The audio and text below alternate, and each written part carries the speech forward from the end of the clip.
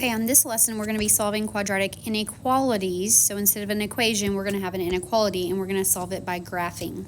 So it's very similar to what we were doing when we were solving an equation graphically. We're going to set it equal to 0, which in this case, it's going to be greater than or less than. So we're going to make sure one side has a 0. And then we're going to plug it into y equals. We're going to find the x-intercepts, which are also called solutions, roots, zeros. They all mean the same thing. Okay, so our process is first rearrange your inequality so that one side is 0. The second step is to graph the corresponding function f of x equals ax squared plus bx plus c. So we're going to graph that. We're going to find the x-intercepts, and then we're going to have to shade in order to determine our solution. Okay, so example 1, we're going to solve negative 5x squared is less than or equal to 10x by graphing. And we're going to represent the solution set on the number line. So it doesn't really matter what side you move everything to. I'm just going to subtract the 10x over, so I have a negative 5x squared minus 10x is less than or equal to 0. So that way my left side is my quadratic, and then my right side is my 0, but it really doesn't matter. Okay, so what you're going to do is you're going to go to y equals. You're going to type this into y1, type this into y2, and you're going to find the x-intercepts. So once you have it plugged in, you're going to do second calc, and then number 5 is intersect. You're going to find both intersection points. Remember, you have to do that twice to repeat it. Make sure you press enter 3 times.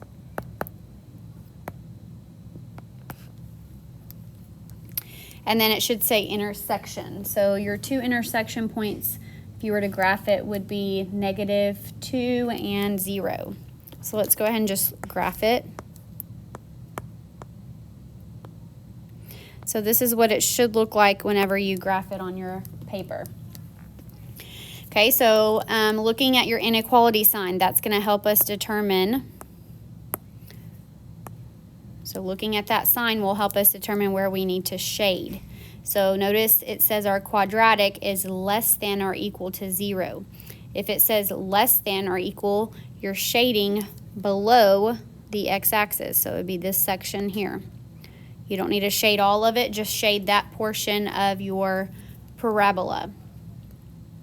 So we've actually talked about this before. Anytime we have separation between our shading, so if we have to pick up our pencil to shade, we know we're going to have an or statement. You can either set it up with inequalities or interval notation, either way. So we know that this number is negative 2, and we know this is 0. So I know I would be going from my x's being less than or equal, because looking at your inequality sign, there's an equal to, negative 2, or x is greater than or equal to 0. You can also write it as negative infinity to negative 2. It includes negative 2, so a bracket, parenthesis around your negative infinity, union, and then 0, comma, to infinity. So that would be a bracket because it's including there. So either way will be acceptable on that. It also shows you up here on the graphs what it should look like. So if it's opening down and it's a less than symbol, it should look like this, and then it shows you what you should have for your solution. So we're going to graph it on a number line. So I like to always just put the 0, which in this case it's part of our solution, and then I'll have a negative 2. So looking at this, it's included, so it should be a closed point, and everything less than's to the left.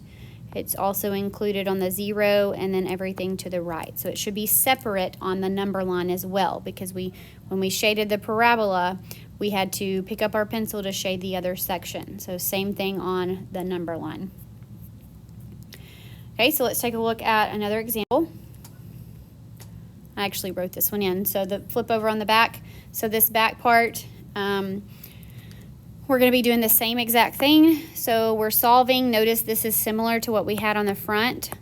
So I'm going to subtract 10x over. Again, it doesn't really matter. I like to just move everything to the left side so that way my quadratic is my inequality and then 0 on the right side. But either way.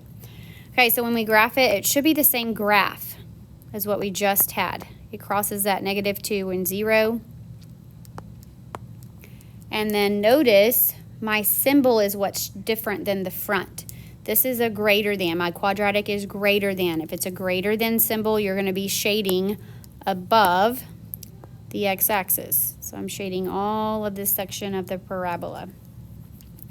So notice it's all together. So when I'm setting up my solution, this is a -2, this is 0. I can set it up as an and statement. -2 is less than, x is less than 0. Notice it doesn't include it right here, which means I should not have equal to there as well on my solution. You could also do going from -2 to 0 and then parentheses because it doesn't include either of those. So I'll accept either answer there.